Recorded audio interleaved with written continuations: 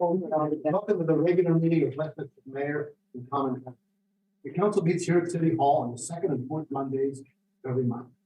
Please note that council meetings, although open to the public here at City Hall, are also available and streamed live on the city's YouTube page, as well as the Community Media Center channel and website. Now we'll begin as we do every meeting with the pledge to the flag, followed by morning silence. Pledge allegiance to the flag of the United States of America and to the republic for which it stands, one nation, under God, indivisible, and liberty and justice for all.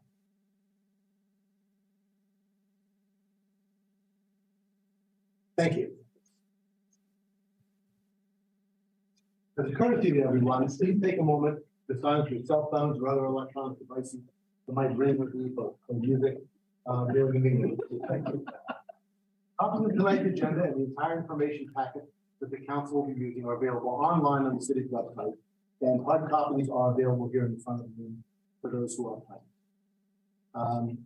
The statement to read for the record before we go any further about the closed meeting of Monday, January 23rd, 2023. In accordance with the general provisions article, section 3-306 D2 of the annotated code of Maryland, and without objection, it is noted that the minutes of tonight's meeting reflect that the Common Council met in the closed meeting on Monday, January 23rd, 2023, at 8 p.m. pursuant to general provision article section 3-305 B1 to discuss the appointment, employment, assignment, promotion, discipline, demotion, compensation, removal, resignation, or performance evaluation of appointees, employees, or other officials over whom this public body has jurisdiction, or any other personal matter that affects one or more specific individuals, and B8, to consult with staff, consultants, or other individuals about pending or potential litigation. Motion was made by Mr. Cavacci, seconded by Mr. Hoff, and the vote to close the meeting was unanimous. Following staff members were in attendance: City Administrator Imhulse, City Attorney Leahy. Common Council took no action during the meeting, and the closed meeting adjourned at 8:20 p.m. Now, please know we have a couple of special guests with us here tonight. First of all, it's a pleasure to have our County Commissioner from the Westminster District, Tom Gordon, here. Commissioner, would you like to say a few words? If I could, have a short minute too. First off, thank you guys for having me soon. First and foremost, I'd like to start out by thank Chief Lidwell and the Westminster Police Department. It was an issue a couple of weeks ago. A member of the community had an item stolen from their home that their child owned, and Westminster Police Department was very fortunate and able to recover that quite quickly. I'm very happy to see that was able to be recovered. It was a situation where the family wouldn't have been able to afford recovering that item, but it was very nice to see that. I appreciate all the police department doing under Chief Lidwell, so thank you for that. Secondly, I just wanted to drop this off with you all. It's something that's going to be coming around anyway, but the county's going to be having their second annual Veterans event in May, so we wanted to drop off some information that could be shared with you all, Rec and Parks, or any of the staff, or anyone else from the city or the citizens. And then third, I wanted just to bring up one thing real quickly with you all. I was here about, I guess, 3 years ago, about this time of year, and had approached the city respectfully requesting at the time the Ellsworth Cemetery was a point of topic regarding possible annexation. Issue at hand was Ellsworth is now privately owned, but the challenge was for them to obtain certain levels of grant funding. The challenge was they needed to be annexed within the city. And 147 years ago, when the cemetery was founded, for whatever reason, it was outside of city limits. It was something I know we had spoken to you all, or I had spoken to you all at that time about. And I know there's been some conversation, and I just want to stop in and just sort of touch base just to see where that might be at this point, if I could. So, sure, I think that's moving forward. Okay. Mr. Depot, I'm sure we'll have some details on that. Yes, thank you. It is being worked on by the private sector, pro bono work. I know they're working on submitting something shortly. I think an individual working on that is actually here tonight. So it is, you're anticipating to get it shortly. So just wanted to touch base. Appreciate that. Appreciate everybody involved. You would have volunteered. But thank you for the time. I appreciate it. Great. Well, thank you, Commissioner. It's always great to have you here, and we hope you'll visit us frequently. Absolutely. We're also pleased to have another visitor with us tonight. When Dr. Julia Jacquelyn took over her leadership of McDaniel College, she promised the city that she was going to send a staff person to as many meetings as she could, share with us some information about what's happening up on the Hill, and for that person to go back and take information about what's going on in city government to the college leadership. So tonight, in another visitor, we're pleased to have Jenny Glennon, who is the Assistant Vice President for Administration at the college. Ms. Glennon, glad to have you here. Thank you. Thank you for the opportunity. So we are really excited to welcome the students back on the Hill. You might have seen a lot of our students around town. They're definitely enjoying the warm weather downtown. We've been really busy thinking about our incoming class. So we had about 300 families on campus last Saturday, and we have two large events, March 4th and April 2nd, where we will have about 800 families on campus. And as we always do, we always encourage them to explore downtown. So we always appreciate the partnership when we have those families there. We are also kicking off our spring sporting events this week. On Saturday, we'll be having our first home women's lacrosse game. So hopefully some people come out and cheer them on. We also are really excited about hiring Mel Brennan. He is going to be the new executive director of the CEO. So you might hear from him as he reaches out to continue to do the good work of developing those relationships and opportunities for our students. And lastly, we'll be hosting the academic symposium on campus on May 1st.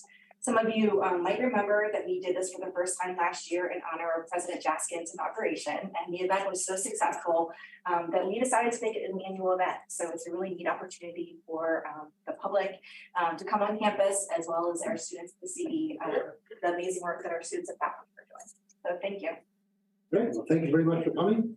We appreciate seeing you and glad to hear about what's going on in these activities. I'm also pleased to note that former Mayor Joe Dominic is visiting us once again. Right, always glad to see you. We have minutes from the two meetings on January 23rd to approve. First is the meeting of the Mayor and Common Council regular meeting on January 23rd, and also the minutes from the closed meeting of the same date. We have a motion to approve the minutes. I'll make a motion to approve. Second. We have a motion by Ms. Gilbert and a second by Mr. Capatti. All those in favor, please say aye. Aye. Those opposed, please say nay. I seem to have it. Let's have it. Minutes are we have four appointments from the mayor this evening to approve or to consider. The first is Mr. Robert Peeples Jr. Appointed to the Board of Elections. We have a motion to approve the appointment of Mr. Peeples. Motion to approve. Second. There's been a motion by Mr. Dayhoff and a second by Ms. Gilbert. Any discussion? Hearing none, move on to a vote.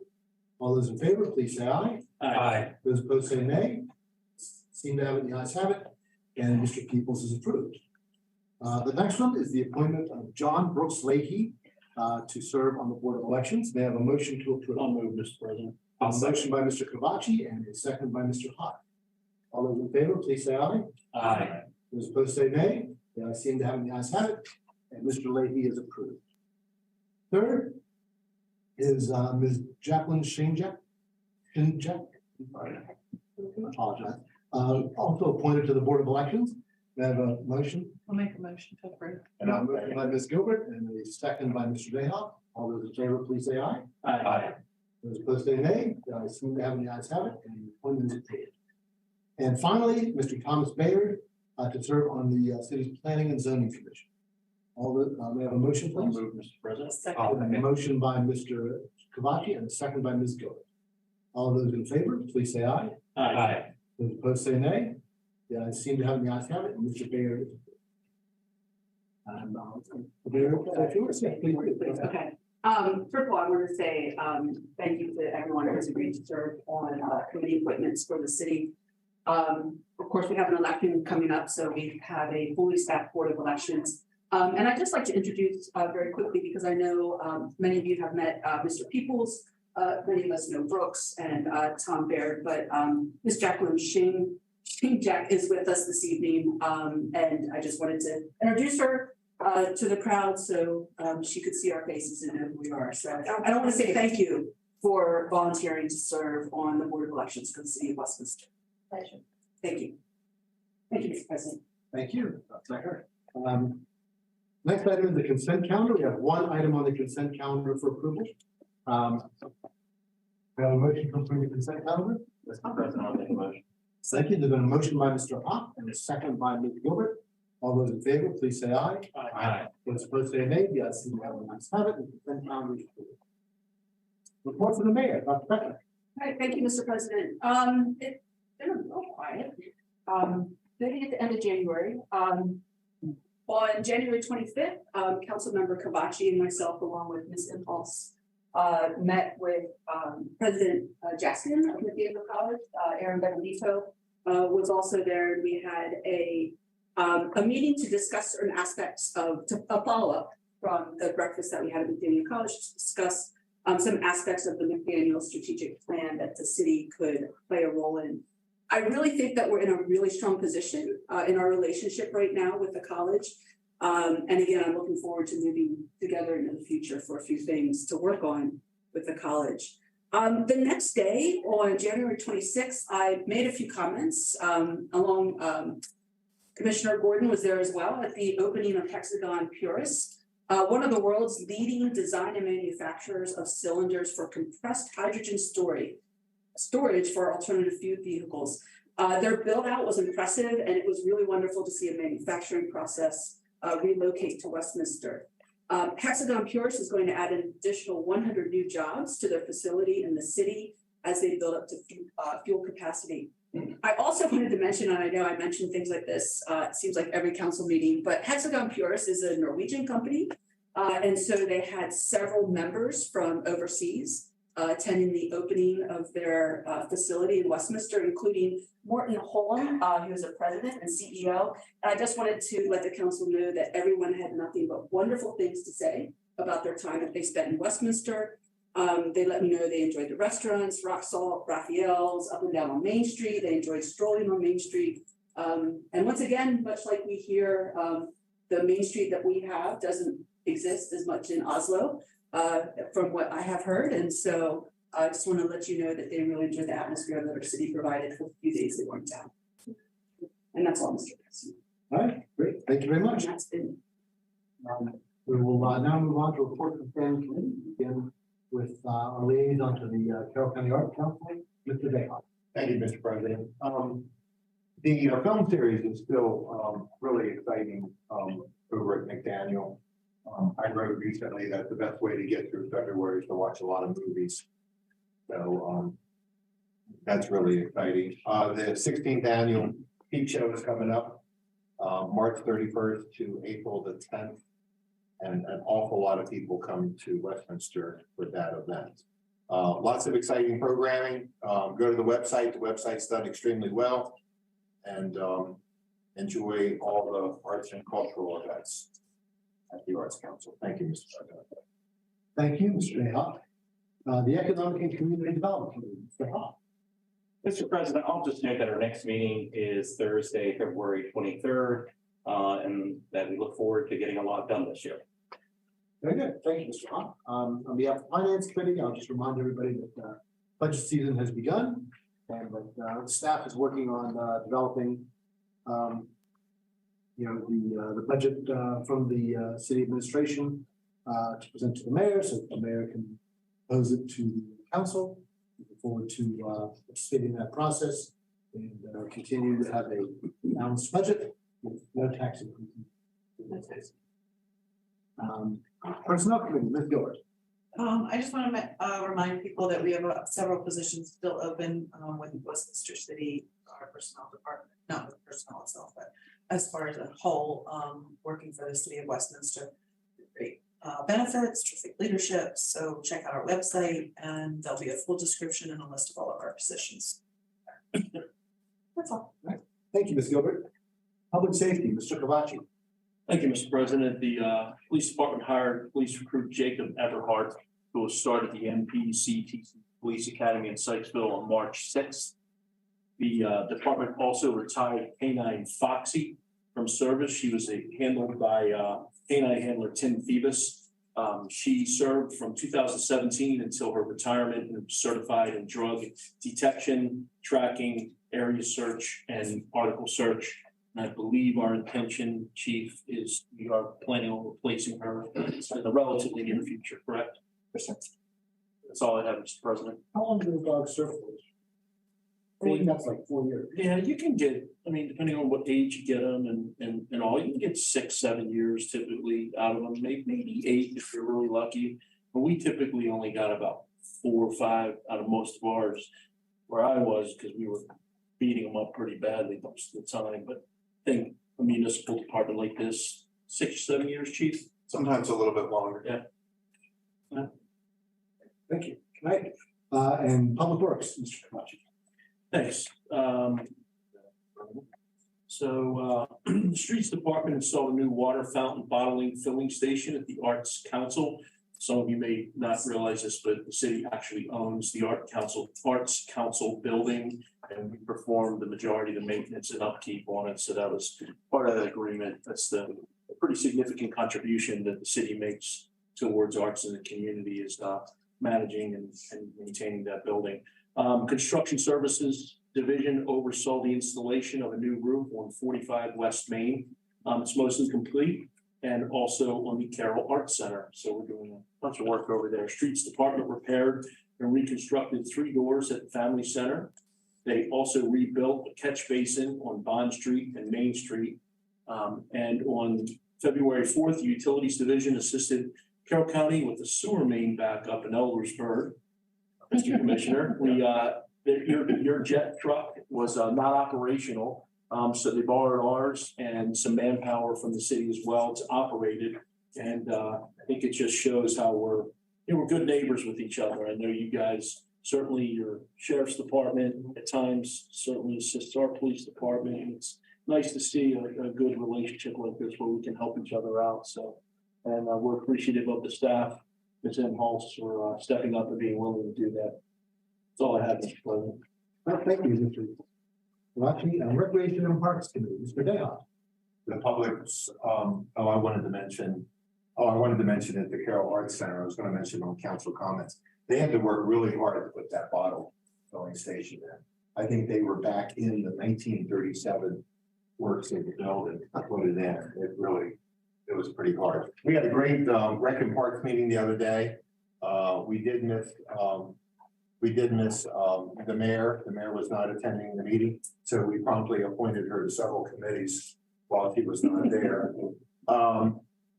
We talked about the pool. We talked about the pool's coming along well, and we're really excited about the pool. We talked about Wakefield Valley.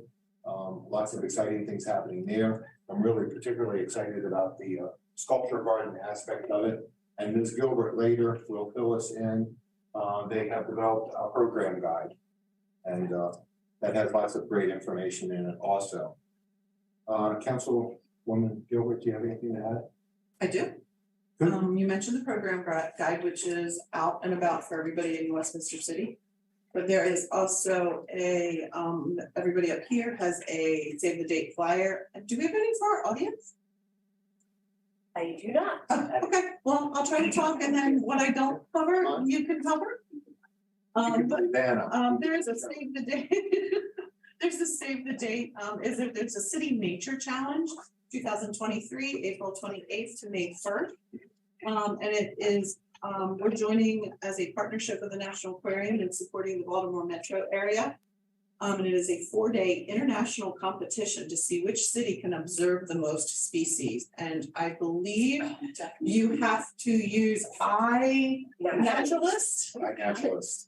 Okay, so you download iNaturalist on your phone and you go out and you look at all the things in the nature. And the idea is that Westminster will be one of the top cities, and obviously international city, in this whole campaign. Now, Abby, take it from here, because I know I did not cover any of the major details, that just did the bullet points. Actually, you covered most of them. We do have 2 additional flyers up here. If anybody wants to snap a picture of this on their way out, you're welcome to do so. There will be more information forthcoming on our social media and also in the city's March newsletter. So be on the lookout for that. But what we're really trying to do is help put Westminster on the map. So Carroll County, for the size of the county and the size of our city, We've not had a lot of observations logged in the past. And we've not actively engaged as a partner in this until this year. So we really want to show them our presence at Westminster is in the house. So I do encourage you to download the iNaturalist app and go out into our parks and natural spaces that we are so fortunate to have in this city and take as many photographs as you can with that app. And you don't have to do anything more. Actually, everything's done with geotags. So it says, hey, you were in Westminster during this time and you made this observation, and it automatically counts. So please join us April 28th through May 1st. We will also be hosting a kickoff event on April 28th at Wakefield Valley Park. So we'd love to see you out there, and we can help anyone downloading the app and getting acquainted with how it works at that point in time. So we look forward to seeing you all for Westminster's first annual City Nature Hunt. So what, your science teachers out there, your Boy Scout leaders, Girl Scout leaders, you name it. County, and emphasis on the Board of Education, great opportunity to partner with everybody on this, and put Westminster on the map. Thanks, Zipper. That was a dual report. So it was, Mr. President. Mr. Deha. One aspect of the nature watch is that I've heard from folks in other parts of the country, the city of Westminster is already on the map for Wakefield Valley because of migratory birds. And you explained that a little bit better at our meeting, but the bird watchers have really discovered Wakefield Valley Park, which is exciting. Yeah, anything to add? No. It's good stuff. We'll get a chance to make a report later, so. Okay. We just want to spotlight it. We always very wonderful. Thank you, Mr. President. Thank you, Mr. Deha. All right, and finally, on behalf of the Technology Committee, we met last week, had a valuable conversation about the status of these key operations and staffing. And I think you want to share to show them more on that as well. That's it for our committee reports. Now we have council comments. This is the opportunity for council members to mention or bring up anything that is not on tonight's agenda elsewhere, or wasn't covering the theme of what they would like to share. And we begin with Mr. Kalachi. Yeah, Mr. President, two quick things. Number one, just echoing what the mayor touched on in terms of McDaniel. I really agree. Mayor Dominic during his term certainly fostered that relationship, and he's got good relations up there with the college. And I think we just are continuing to progress and build that stronger all the time. I don't think it was ever bad, but it just wasn't all that super existent for a time period. And I think it's really over the last number of years gotten much stronger. And now, of course, with the new administration up there, it's wonderful. It was a good meeting. Of course, I was the only male in the meeting, and they got onto a topic about women's leadership and things like that. And I said, I'm just going to sit here and shut up because I got nothing to say. Mostly observed and actually really enjoyed it. It was fun being in a room of very strong and influential women, and it was a good meeting. Number two, I just wanted to comment, and I think you guys probably see this too. The past few weekends downtown, it has been bumping. You can't get into the restaurants. There's people on the street. There's just a tremendous amount of activity downtown. It seems like really putting those lights up, putting music on the street. I don't know if it's just that, or if it's a bunch of other factors. The weather's been pretty good, but it does really feel like things are starting to really pick up a good bit. And I think the lights and music have a little something to do with it. It's probably not all of it, but it's certainly part of it. Our businesses are doing well because they work hard and they're putting a lot of time and effort into making their establishments attractive and bringing business in. So they certainly deserve a lot of credit as well. So that's all I have, Mr. President. Thank you, Mr. Kalachi. Mr. Deha. Oh, thank you, Mr. President. I also appreciate the strong relationship with McDaniel College. I guess at times like this, I always have to disclose that I'm the 32nd member of my family to go to McDaniel College. But other than that, and then Caroline's mom called on Sunday, and I had to tell Caroline's mom that Caroline has been named to be an community advisor for one of the fraternities up at McDaniel. So on Saturday afternoon, my wife was at a frat party. So I didn't ask any follow-up questions. I just, he didn't drag anybody home. Downtown is picking up. A friend of ours is actually a NASA scientist who teaches at McDaniel, and she was in town. And we had to go to 3 restaurants before we could get into a restaurant. So thank you. That's all I got, Mr. President. Thank you. Thank you, Mr. Janelle. Ms. Gilbert. I have a couple things. On Thursday, January 26th, I joined the mayor and council member Huff, and we had a very interesting tour that was led by Theo, and I do not know Theo's last name. I'm sure that do, about the new simulation center at Carroll Hospital Center. I just X that off in box for you. It was really interesting to see the new innovation that is coming to our local hospital.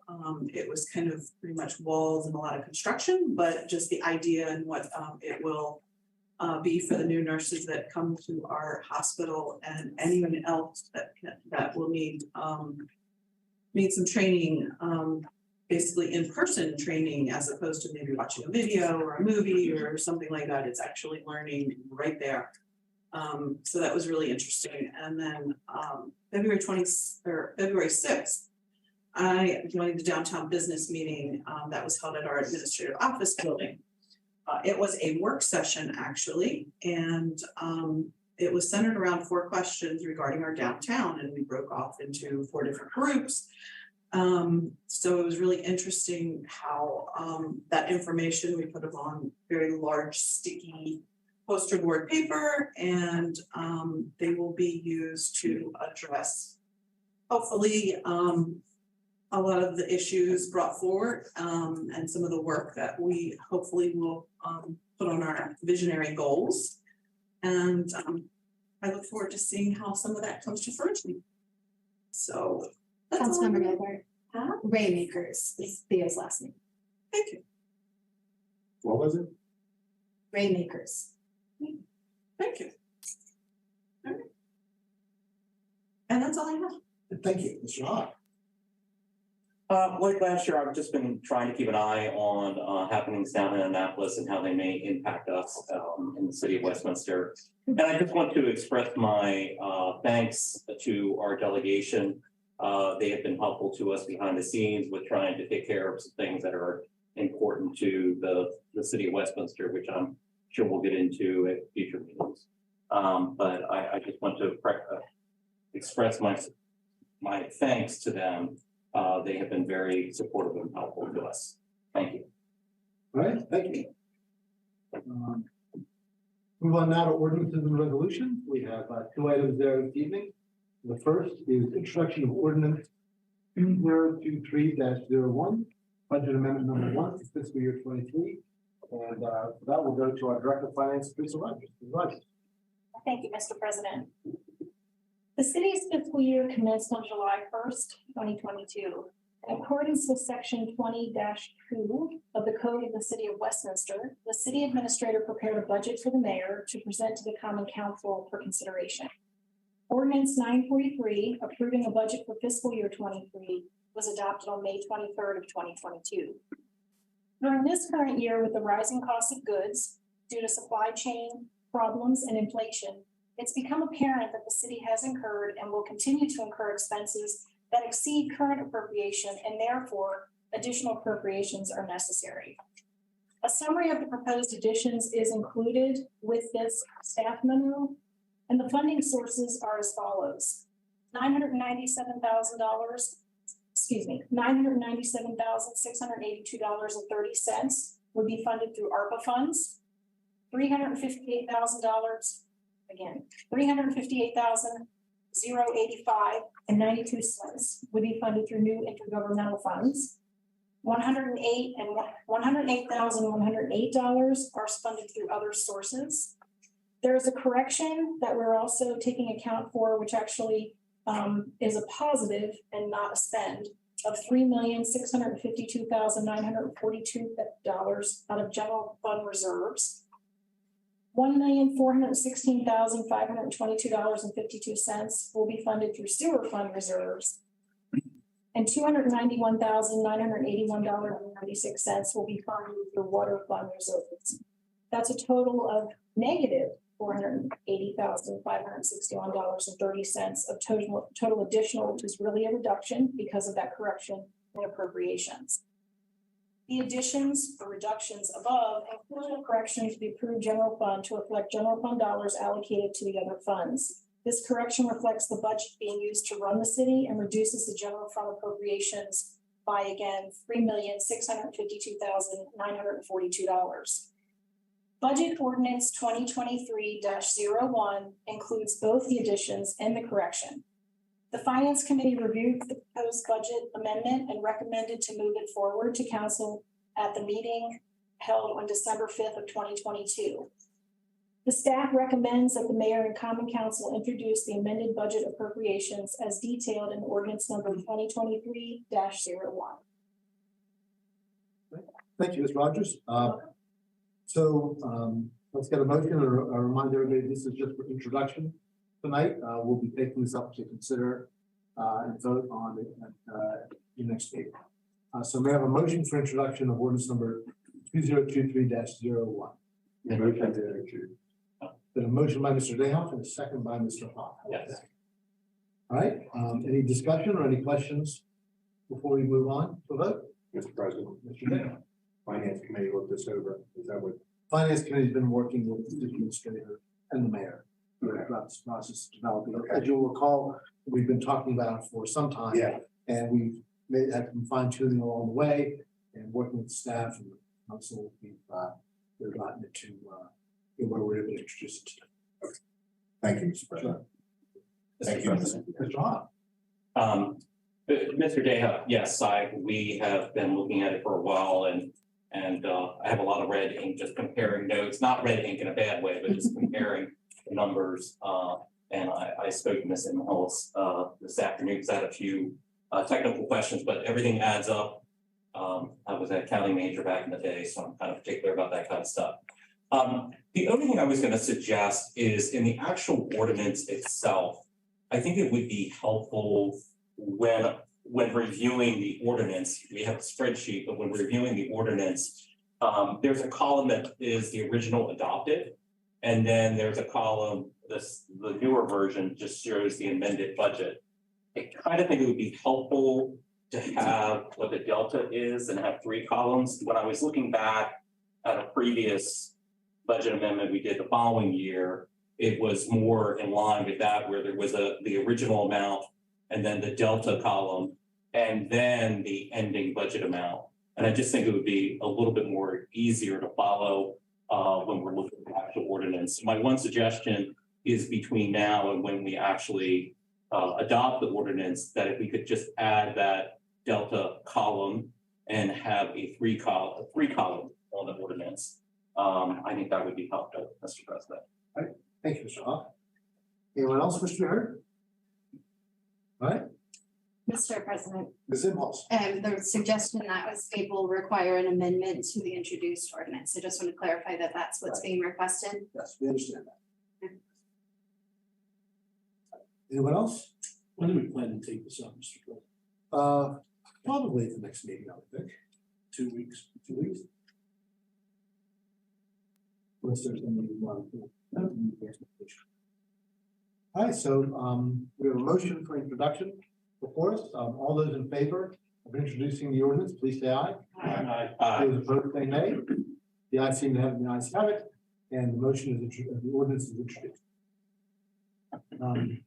Next, we have introduction of resolution 23-02, annexation number 75, enlarging the corporate boundaries of the city of Westminster by annexing into the city certain property containing 75.9797 acres, contiguous and adjoining to the city's existing corporate boundaries, consisting of the industrially zoned portion of real property located at 1131 Avondale Road, Westminster, Maryland 21157, also identified as tax account number 07-028555, map 0045, grid 0021, parcel 0046, and comprising plus or minus 74.9055 square feet and 1.0742 acres, state highway administration property, containing a portion of Maryland Route 31, also known as New Windsor Road. To explain all this to us, we have Director of Community Development and Planning, Mr. Peeples. Thank you and good evening. LEF Stone Chapel LLC and MJF Stone Chapel LLC, the property owner of 1131 Avondale Road, Westminster, Maryland, has petitioned the Mayor and Common Council to annex 74.905 acres of industrial zoned portion of the property into the corporate boundaries of the city of Westminster. In addition, this annexation includes 1.0742 acres of state highway administration right of way for a total annexation area of 75.9797 acres. The property, not including the state highway right of way, is zoned I-2 heavy industrial district under the Carroll County zoning ordinance. The petitioner is requesting that the property be zoned IR industrial restricted zone under the city zoning ordinance. At this time, there are no development plans under review for the property. The property does contain one single family dwelling unit, and the people residing at the property have signed the annexation petition pursuant to annotated Code of Maryland Local Government Article Section 4-404A1. This is not reflected in the draft resolution, so the resolution would need to be amended to reference the residents. The annexation petition submitted by the petitioner meets the requirements in the annotated Code of Maryland Local Government Article Division 2, Title 4, Subtitle 4, and the City of Westminster Zoning Ordinance Section 164-6. With that, staff recommends that the Mayor and Common Council move to introduce Resolution 2302 for annexation as amended to reflect the two residents at the properties which have signed the annexation petition, allowing the annexation process to begin. And that completes my report. All right, thank you, Mr. Depot. I would note for everybody that this is for resolutions for introduction tonight, which begins the annexation process, which will allow staff and other concerned bodies to begin to do their work before it finally winds up back to them. So may I have a motion for introduction of the resolution? So moved, Mr. President. Then a motion by Mr. Kavaki. Is there a second? Second. There's a second by Mr. Hoff. Is there any discussion or any questions for the staff? Mr. President, Mr. Dayhoff. a wonderful addition to Westminster. Anyone else? And it means that a lot of that other industrial property is contiguous also. And once they discover how great it is to be city of Westminster. All the way down to Windsor. That's right. No, it really does. It gives us access to that, all that. Kenny Owen and I used to joke about that. Anyone else, Mr. Hubert? Mr. President, Mr. Kavaki. the Avondale, the road that is there, is that already are we responsible for that road or is that a county road? That's today the county road. So that portion will become our responsibility since both sides will be city property. Is that accurate? Not technically. I mean, I guess it's assumed that we will be responsible for that portion of the roadway. I guess that's something we will flush out as we go through the annexation petition process. Right. Thank you. Anyone else? All right. Very good. There's no one else. We'll move on to take a vote. All those in favor of introduction of the resolution, please say aye. Aye. Those opposed say nay. The ayes seem to have the ayes have it. And the resolution is introduced and we begin its way through the process. Thank you. You guys don't have to say.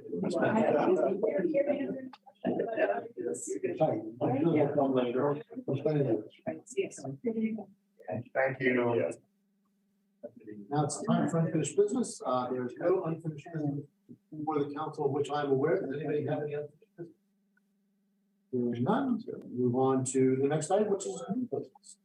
And first item there is approval of change order number 4 with Keller Brothers Incorporated for requested custom shade structure to be installed at the learning bench lab learning pool and 2 funbrellas. A new word every day. New 2 funbrellas to be installed at the splash pad spray ground in the amount of $76,414.48. Ms. Gruber. Thank you, Council President. Leave it to the Recreation and Parks Department to introduce a new word into everybody's vocabulary, funbrella.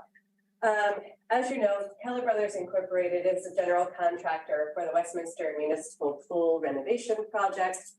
As the design build process evolves, especially with phase 2 of the project, change order number 4 is being presented as an amenity to enhance the user experience and moreover to promote sun safety. This change order directly relates to phase 2, add alternate 1 and add alternate 2. Add alternate 1 and 2 are the learning pool and the lagoon and spray ground. This change order includes the addition of 1 shade structure installed over the learning bench in the lap learning pool, and 2 funbrellas, which will be large permanent umbrella structures installed in the lagoon and adjacent splash pad. The addition of these features will cost $76,414.48. The Recreation and Parks Committee did meet and approved the components in Add Alternate 2 at its meeting on December 6th, 2022. This change order will not alter the contract time for phase 1 or phase 2 completion. ARPA funds will cover the total cost of this change order.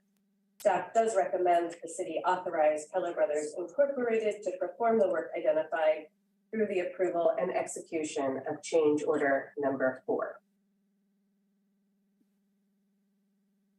Thank you, Ms. Gruber. May I have a motion? Motion to approve. Motion to approve by Mr. Dale. Is there a second? Second. A second by Ms. Gilbert. Any discussion or any questions for the staff? Mr. President, Mr. Dale. this was reviewed by the Rec and Parks Committee and it was wholeheartedly supported. Right, thank you. It'll be a great addition. Thank you. Anyone else? Mr. President, I just want to make some points that the funding is coming from our ARPA funds so that Tony or Archie does not have a heart attack. Those funds will be coming from our ARPA funding. And the umbrellas and the shade structure are there. I think funbrellas are the funbrellas. Just so you guys can have a picture, it's not just a simple umbrella. These are permanent structures, very hard plastic. And as Ms. Gruber did mention, it is to promote sun safety because, you know, when you have your 6-month-old or your 2-month-old or even your 1 or 2-year-old in the splash pad, you really don't want the burning 90-degree sun on their little bodies. So it is there to provide shade, not only for mom, dad, and the baby, but for all other folks that are just hanging out in the splash pad. So there is some health factors that are going into the reason why we are promoting the umbrellas. All right, very good. Thank you. Mr. President, Mr. Hahn. let's have a technical question. We're working on this budget amendment. Are we gonna have to do another budget amendment for this particular edition or not? Yes, there are a few other items that will need to be clarified with a second budget amendment towards the end of the fiscal year. This will be included in that. Okay, thank you.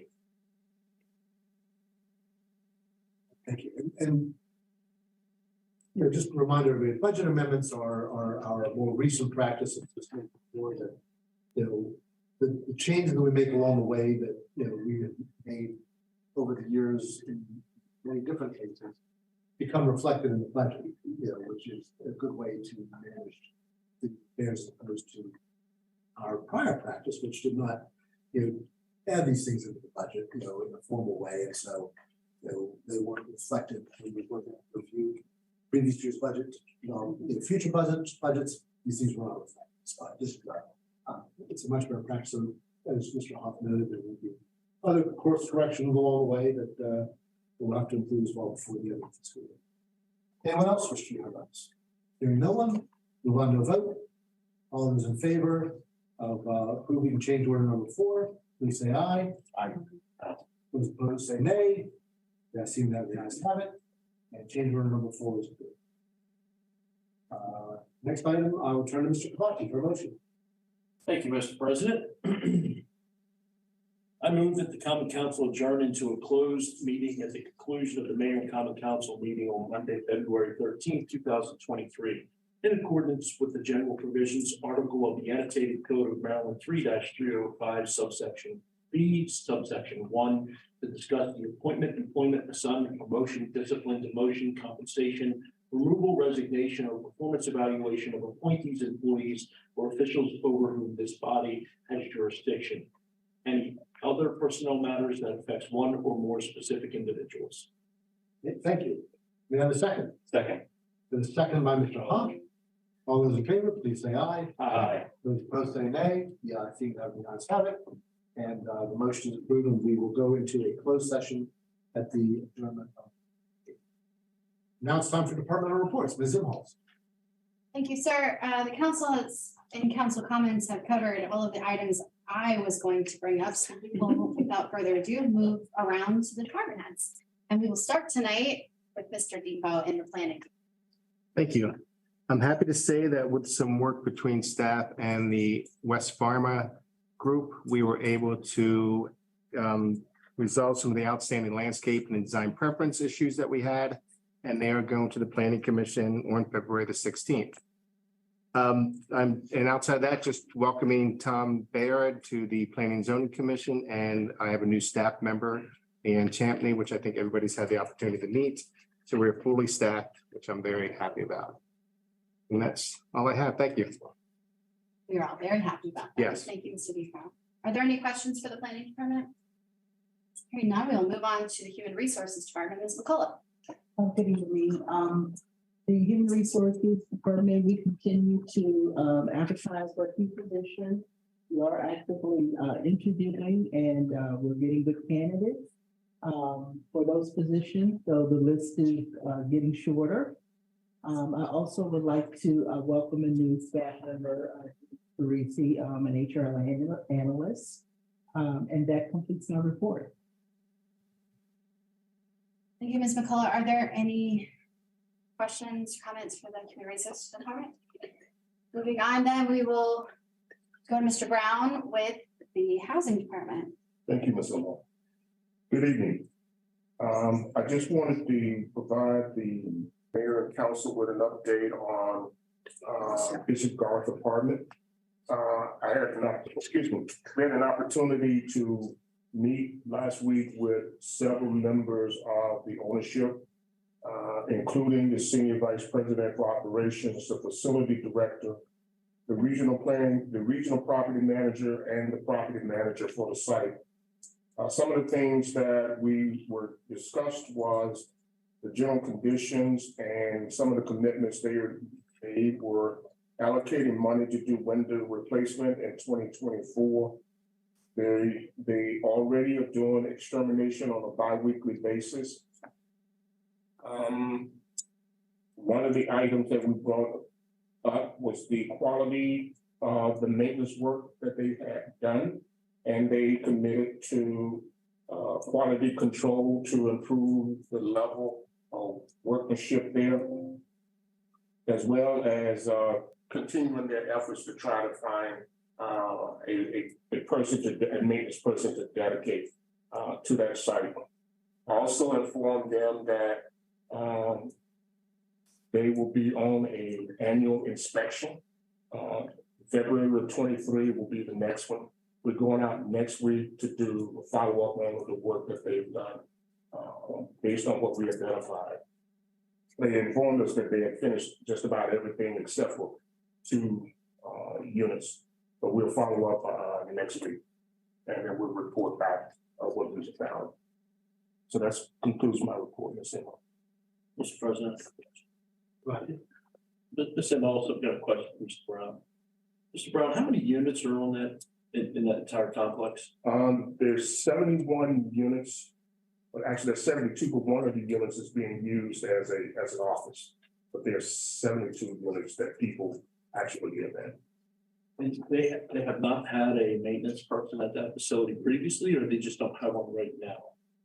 what they have been doing is they've had some people working as maintenance staff, but, you know, they didn't stay. So what they were essentially doing was hiring people through a staffing agency and then supplementing them with contractors. So it's not bad in terms of model, but you need someone that's going to be there on a regular basis that the people can become familiar with, somebody that actually know the property and the equipment in it and so forth.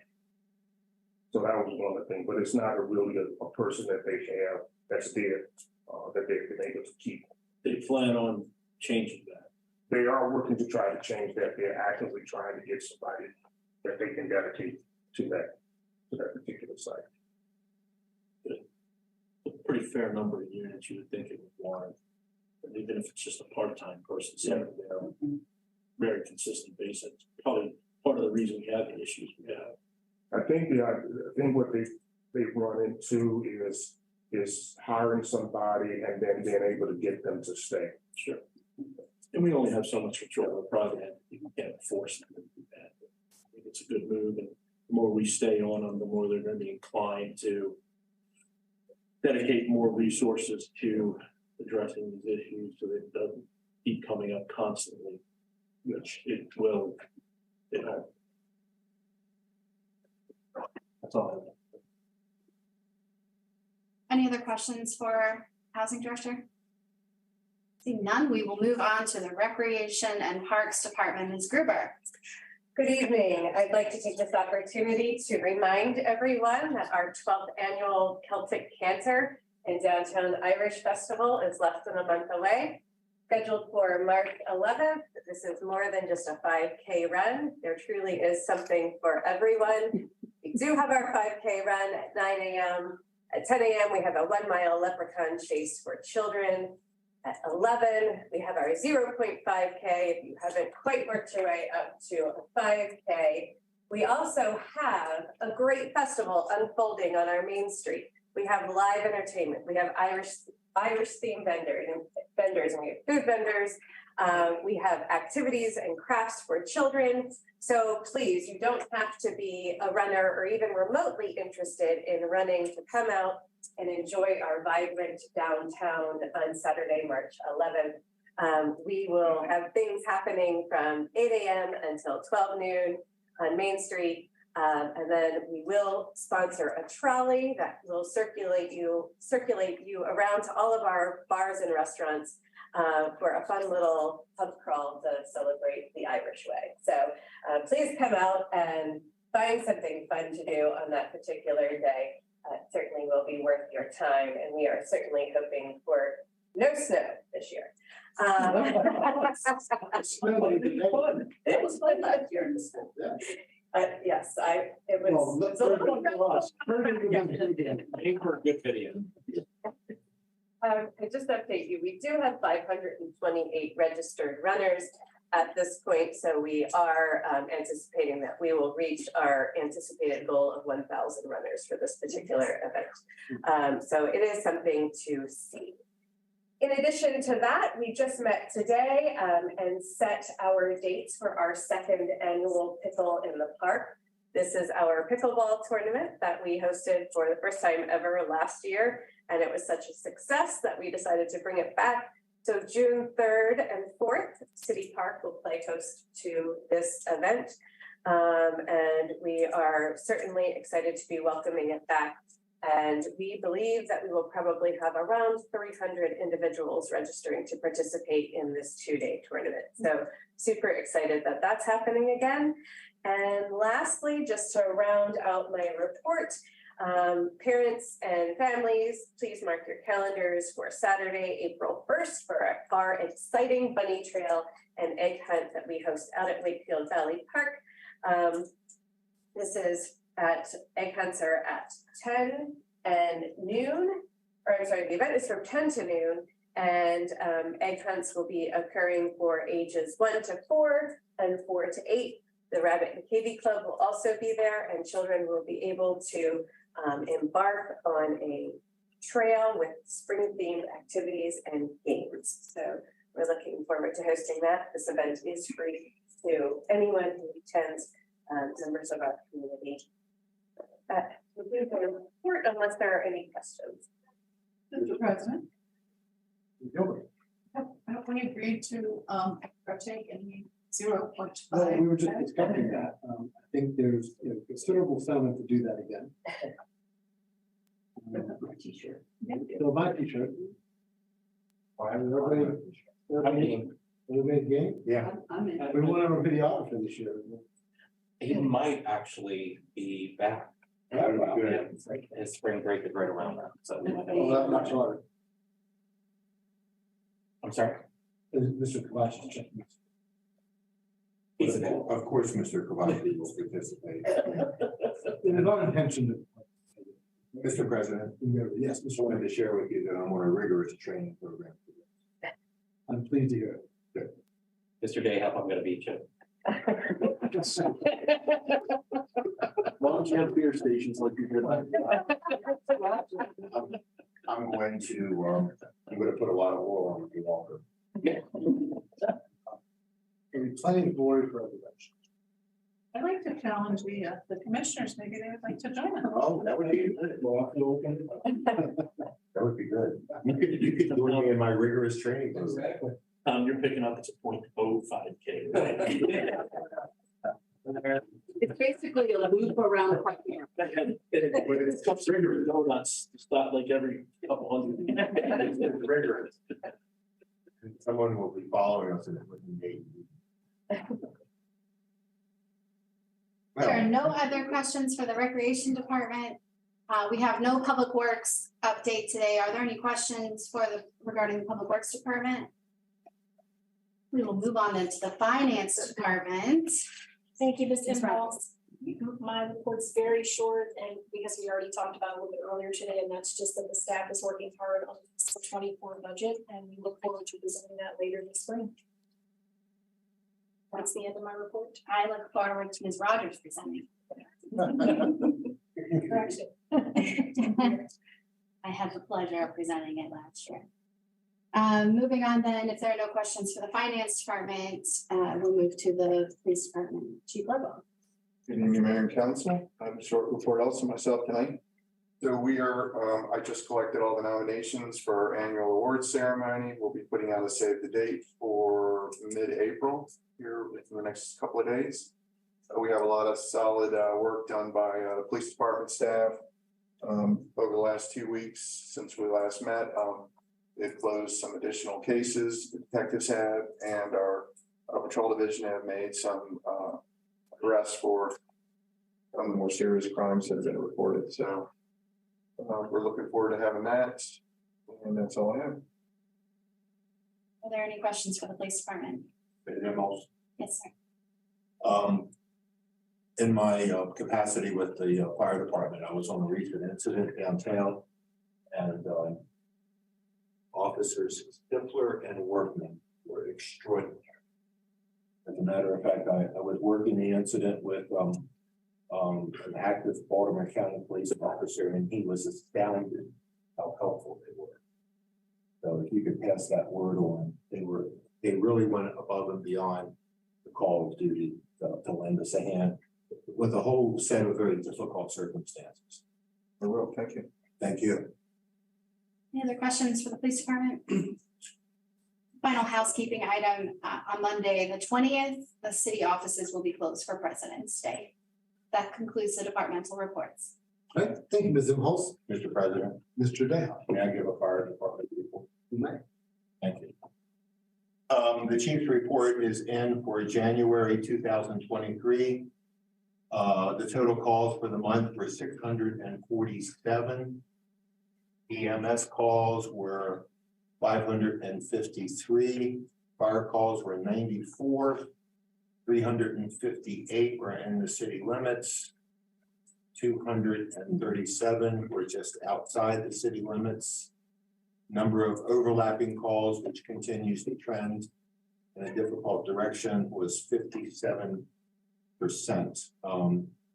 Last year, we had a record of over 7,000 calls, and we seem to be in that direction this year. Thank you, Ms. Imhulse. Thank you, Mr. President. Thank you, Mr. Leahy. And now the final item on our agenda is citizen comments. And this is when we invite the public to address the mayor and council on any issues that pertain to tonight's agenda or any other city issues. For citizens not attending the public meeting, we invite you to send us your comments or concerns via email at comments@westminstermd.gov. All comments received by email will be shared with the mayor. Commenters should include their address and phone number with their comments. We'll now invite comments from anyone who is present. I'll remind everyone this is an opportunity for the public to share their thoughts from the mayor and council. Our role tonight is to listen to the comments and respond as appropriate after consultation with staff. And so now, is there anyone with us tonight who wishes to be heard? If so, please give us your name and address for the record. Anyone wish to be heard? Yes, ma'am. Ask a question. Give your name and. Oh, sorry. Jacquelyn Schingeck, and I live at 199 Greendale East Drive. I do happen to be the vice president of the Bonnie's Meadow Rotary, and noticed earlier the discussion about Ellsworth Cemetery. Our Rotary has painted a good part of the, or restained a good part of the fence out there. We've also pulled all of the weeds that were in the circle there and tilled it. We plan on planting, but did not want to do that until spring. We do have a little bit more painting to do. The other thing that we have is there needs to be a path so that people can walk up to the circle where the flagpole now is, etc. And we are working on that, trying to determine if that can kind of be bricks that are laid out. How do you get a wheelchair there? We are asking the Rotary International for a grant to help us move forward with that. So because there was some discussion, I didn't know if there was someone else we should be talking to. That's with the city, or? I don't know from the city standpoint, I can put you in touch with a couple of folks that are involved in that whole process if you'd like. Okay, I know that we've talked to someone that is at Ellsworth, I mean, but I didn't know whether or not there was anything else since you brought it up at the Westminster meeting. I would say, probably say the parties involved, that was the big one to go through. Okay, all right. It's not in the city yet, so we don't have that. Yeah. Okay, thank you. Sure. Thank you for the information. Yeah, and thank you for your good work. Okay, thank you. Mr. Dominic. So Dominic, 345 Creek Drive, 443-756-2288. Funny text tonight.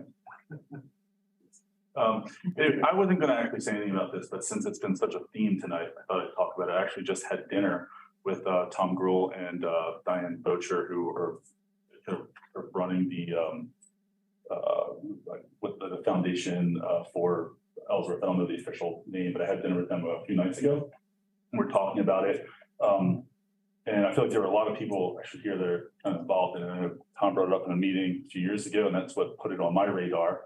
And recently, but it's been several months now, I reached out to Kelly to do the pro bono legal work. She volunteered in a second. Also, Marty Hackett at CLSI, I know many of you know him.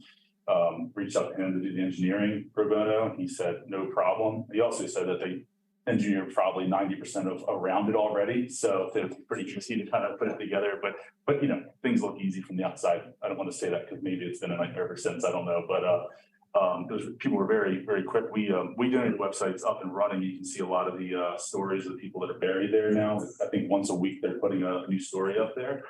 So Tom Gruhl, he takes care of it. He's been mowing the lawn and weeding there since 2012. I don't know if he's been involved with you guys at all, but he's Knights of Columbus. I think that's how he got started there. And Diane's been kind of running the genealogy side of it and trying to get more and more of the veterans' headstones to be replaced or provided by the VA. And I can, Tom can put you in touch, I can put you in touch with them, but it'd definitely be Diane and Tom are the two to talk to. They kind of run that foundation with the community foundation here. And obviously, you know, also, but I think Tom's probably, he's the guy that's doing a lot of the physical stuff there, so he can be very helpful with that. And they actually, I have a little bit of a list. They asked me to bring up to some of you guys, and I'll do that at another time. I don't think anything big, but I did just want to give a quick update on that. I think Kelly's pretty close to having her stuff prepared to bring forward with annexation. And I hope that's done soon. So I'm going to be just started. I'm writing a book on the cemetery. So maybe I'll be interviewing somebody for that. But I would like by the end of me writing that to be able to say in there that it's, you know, hopefully that lines up. I don't have to do a revised version. I'm not that good at writing. So but yeah, I just thought I'd talk about like where things kind of are with it. You know, but you know, in terms of anything like that, I would talk to Tom Burrell, the person. Thank you for all that information. And since commissioners may be there, if you are feeling inclined to open up the 0.5 invites like past local officials, I will still not be joining you. It's actually open to anybody. Yeah, other folks ran last. If we were lifting, we could come. Well, let's be clear, there was no running, at least not on our part. There were We walked, there was ways to know that. yeah. Ice and ice. Okay. Anyone else wish to be heard? All right, in that case, that concludes our agenda and the meeting. Our next regular meeting will be held on Monday, February 27th, again here at City Hall. Without objection, we're adjourned.